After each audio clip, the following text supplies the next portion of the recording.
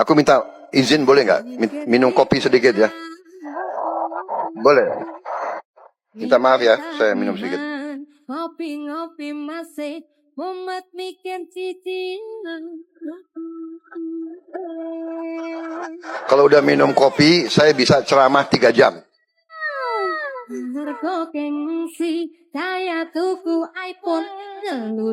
Dan saya dengar ini kopi, ini racikan khusus dari Hambalang. Racikannya Pak Prabowo, betul Pak? Betul, betul. Jadi saya kan... Ini lo dapat informasi dari siapa? Dari orang-orang yang tahu menyusun kabinet itulah.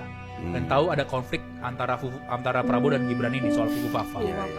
Ada orang-orang yang pinter-pinter, sedikit-sedikit podcast. Duduk di AC, di podcast, omong-omong. Nah, Gibran sesuai usulan Dr. Tifa harus segera diperiksa kesehatan jiwanya. Bila ternyata Gibran memang sakit jiwa, maka dia otomatis batal sebagai wapresnya Pak Prabowo.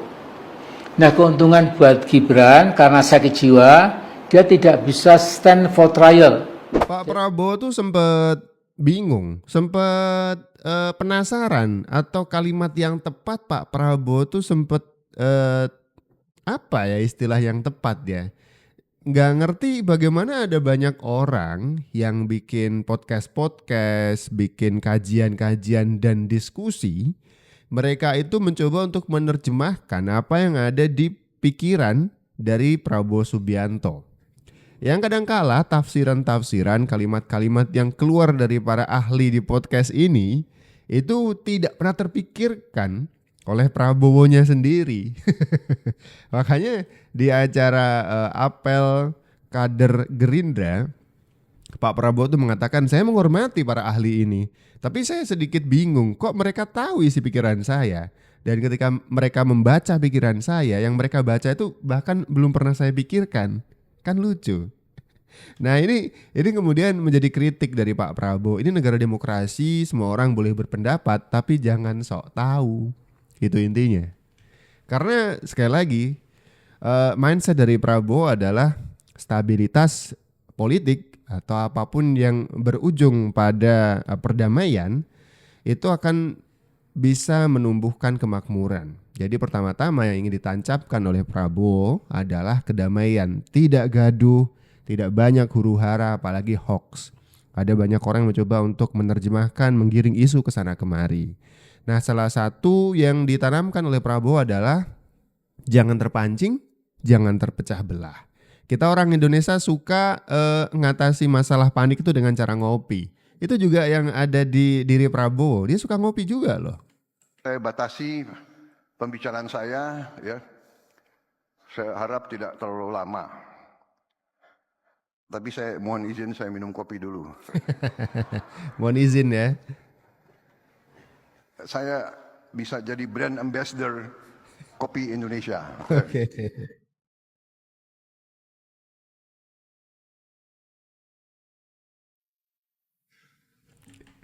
Prabowo emang gemar sekali ngopi. Dan kita orang Indonesia itu suka kali ngalem, menurunkan tensi. Kita suka ngobrolin masalah di meja kopi hingga masalahnya kelar, damai.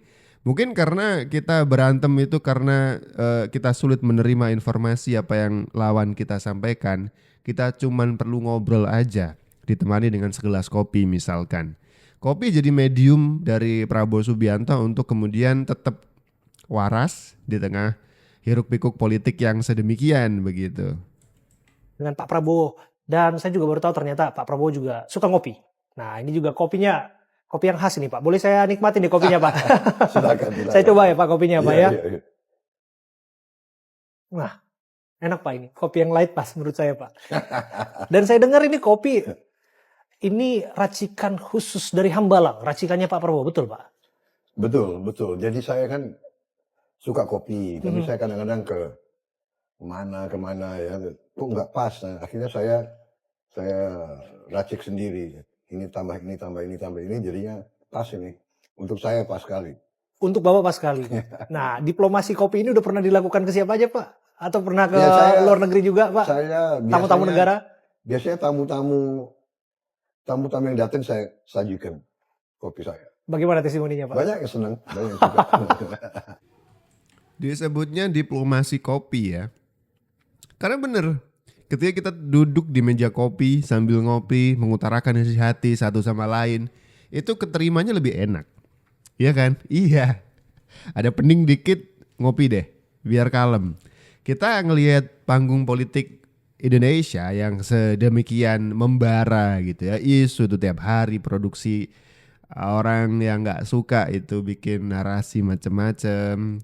Ada perubahan angin politik yang sedemikian sangat berbeda daripada apa yang kita pikirkan. Oh awalnya begini tiba-tiba begitu. Kita kadang agak oleng nih. Nah ini salah satu trik dari Prabowo emang ngopi gitu ya.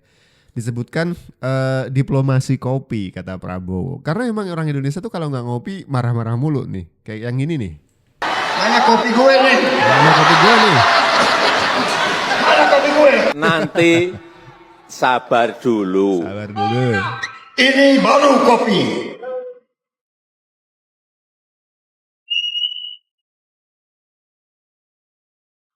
Laki-laki minum kopi. Gue kalau ikan kopi gue laku kali ya. Siap. Ya, udah.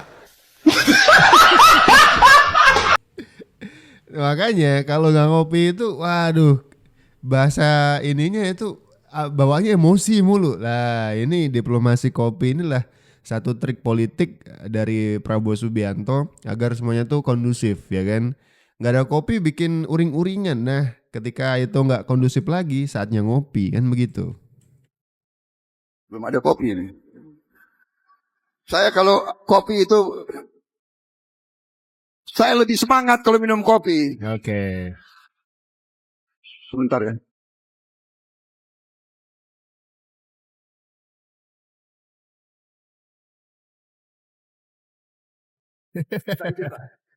Saya minum dulu nih. Ku bukan dokter cinta. Emang gemar banget sama kopi. Apalagi punya koleksi pribadi, racikan pribadi katanya tadi ya. Di Hambalang tuh ada semacam hasil racikan dari Pak Prabowo sendiri. Ketika berkunjung ke beberapa daerah kan ada banyak sekali ini ya, kopi-kopi hasil dari daerah tersebut gitu. Yang rasanya pasti akan beda gitu. Nah ini Prabowo mencoba untuk mengumpulkan kopi-kopi dari hasil kunjungannya ke beberapa daerah kemudian diracik sendiri. Aku minta izin boleh nggak minum kopi sedikit ya? Boleh. Minta maaf ya, saya minum sedikit. Ngopi-ngopi masih umat mikir cicilan. Kalau udah minum kopi, saya bisa ceramah 3 jam. Harga gengsi, saya tuku iPhone. Dan saya dengar ini kopi, ini racikan khusus dari Hambalang. Racikannya Pak Prabowo, betul Pak? Betul, betul. Jadi saya kan suka kopi, saya racik sendiri. Ini tambah ini, tambah ini, tambah ini, jadinya pas ini. Untuk saya pas sekali. Umat pikiran ruang.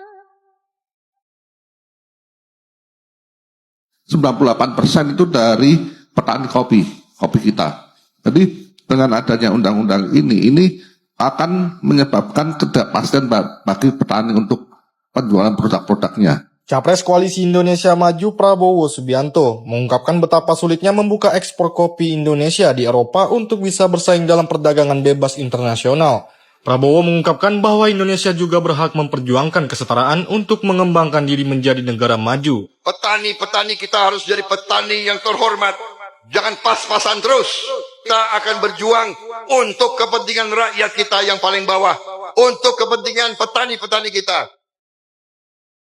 Oke, jadi ini ada misi ternyata ya. Kopi kita sebenarnya cukup berkualitas, apalagi kopi luwak. Itu salah satu produk kopi dengan spesialiti Indonesia gitu ya. Tapi bersaing di Eropa menurut Pak Prabowo agak sedikit sulit nih. Jadi ada misi juga untuk mensejahterakan petani kopi. Di internalnya Prabowo itu bergejolak juga tuh. Mereka banyak yang marah. Betul Pram. Gimana Pram? Dua kelompok ini adalah kelompok yang mengampuni masa lalu dan kelompok yang mempermasalahkan masa lalu. Di samping itu, setelah mengakui, nah di pihaknya Hambalang Hambalang ini Prabowo begitu kan. Ini sebetulnya yang membuat yang marah sekali adalah keluarganya. Ini lo dapat informasi dari siapa? Dari orang-orang yang tahu menyusun kabinet itulah. Dan tahu ada konflik antara Prabowo dan Gibran ini soal Fugu Fafa. Ada orang-orang yang pinter-pinter, sedikit-sedikit podcast. Duduk di AC, di podcast, omong-omong. Oh, Pak Prabowo begini, Pak Prabowo begitu. Apa? Dia lebih tahu. Pak Prabowo mikirnya apa dari saya sendiri. Gitu. Dia lebih tahu dari aku. Ternyata Prabowo dan Jokowi sudah retak. Retak di mana retak? Selalu mau selalu adu domba. Ini yang dimaksud Prabowo. Ngopi dulu lah. Mikirnya halu. Jangan halu makanya. Ngomong macam-macam di podcast, mencoba untuk bikin narasi macam-macam. Oh, Prabowo tuh maunya begini. Prabowo tuh udah retak dengan Jokowi. Prabowo mengizinkan PDIP masuk, itu artinya Jokowi disingkirkan. Dan seterusnya. Ini tipe-tipe orang kurang ngopi kalau kata Pak Prabowo ya. Ngopi dulu lah. Biar waras lagi, nyawanya ngumpul, ngomongnya nggak ngelantur, nggak ngehalu. Makanya tadi Pak Prabowo mengatakan, saya hormat kepada para ahli yang ada di podcast-podcast ini. Cuman kok makin kesini jadi sok tahu gitu ya. Apa yang mereka katakan tuh jadi sok tahu. Salah satu orang yang sok tahu, sering ngeritik juga, tapi sampai sekarang masih aman-aman aja, itu Rocky Gerung. Nah kali ini akhirnya rakyat itu, orang-orang itu pada jengah juga nih. Di satu kesempatan disekak juga sama masyarakat Rocky Gerungnya ini. Kan saya berikan kesempatan untuk pendekar hukum saya, pendekar hukum kita untuk ikut berbicara. Bertanya ke Bang Rocky, ya silakan. Oke, izin memperkenalkan diri, saya Jito dari Pacitan, Jawa Timur. Pacitan? Ya, maaf Bang Rocky, biasanya kalau saya pegang HP, ya kalau keluar berita Bang Rocky saya scroll. Gak demen gitu ya. Ya, saya mungkin bukan bagian dari kelompok dungu. Tapi satu pertanyaan atau mungkin saran, bagaimana dengan tadi sudah beberapa permasalahan PSHT yang sudah disampaikan oleh beberapa teman-teman yang ada di sini. Hanya satu pesan, saya minta pesan kepada kami, Bang Rocky, ya mudah-mudahan pesan jenengan masuk ke saya. Itu, bagaimana PSHT tidak menjadi kaum dungu saja. Dengan kondisi konflik seperti ini, bagaimana PSHT tidak menjadi kaum dungu? Terima kasih. Bagaimana PSHT tidak menjadi kaum dungu ya? Dungu toh? Ya. Iya Bang, itu Bang.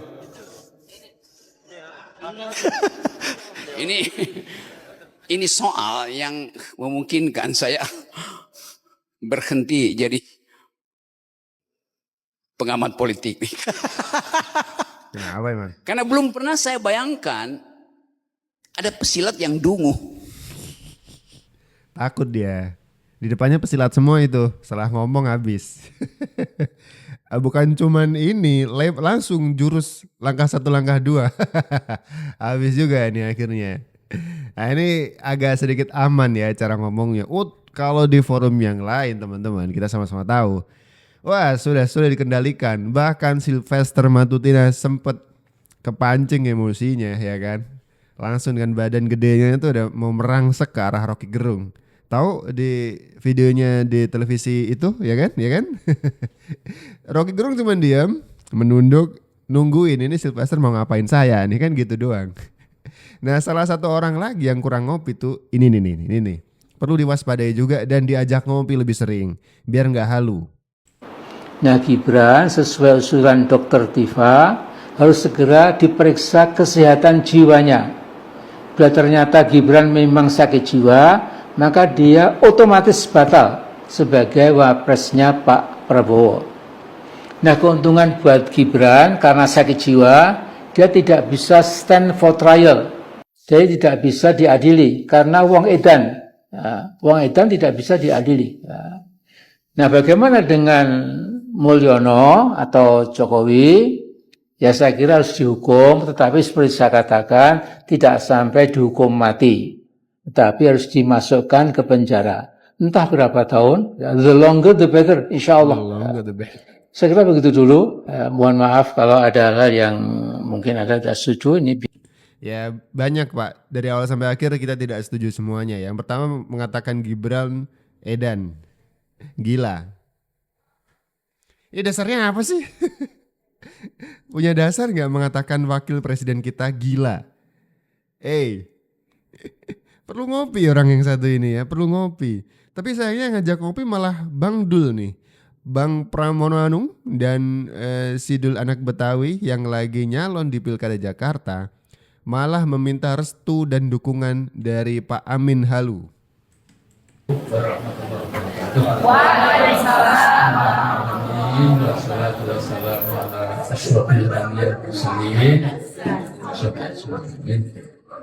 Saya pendek saja.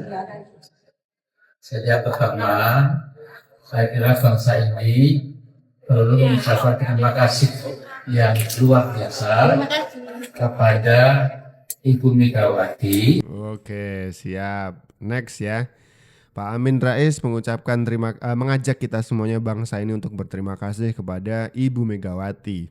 Itu narasi yang bertolak belakang dengan Gus Dur waktu diwawancara oleh Andi F. Noya. Katanya, pertanyaan Andi F. Noya itu begini, siapa yang paling bertanggung jawab atas dilengserkannya Anda dari kursi presiden? Gus Dur menjawab 2 orang. Yang pertama Amin Rais, yang kedua Megawati.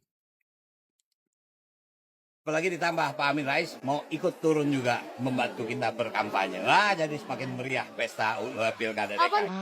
Ngomong sama lu sih sama juga gue ngomong sama bakyak. Otak lu dipakai. Ini dengkul lo pakai.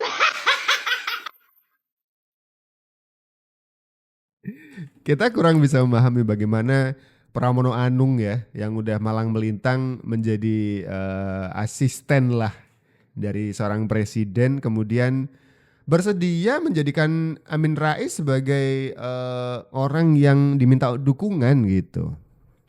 Apa tidak takut presiden dan pretensi buruk gitu yang justru akan melekat kepada Pramono Anung dan juga Rano Karno? Mungkin pertimbangannya lain. Saya nggak tahu. Mungkin ada yang tahu, tulis di kolom komentar. Kira-kira menurut kalian seperti apa?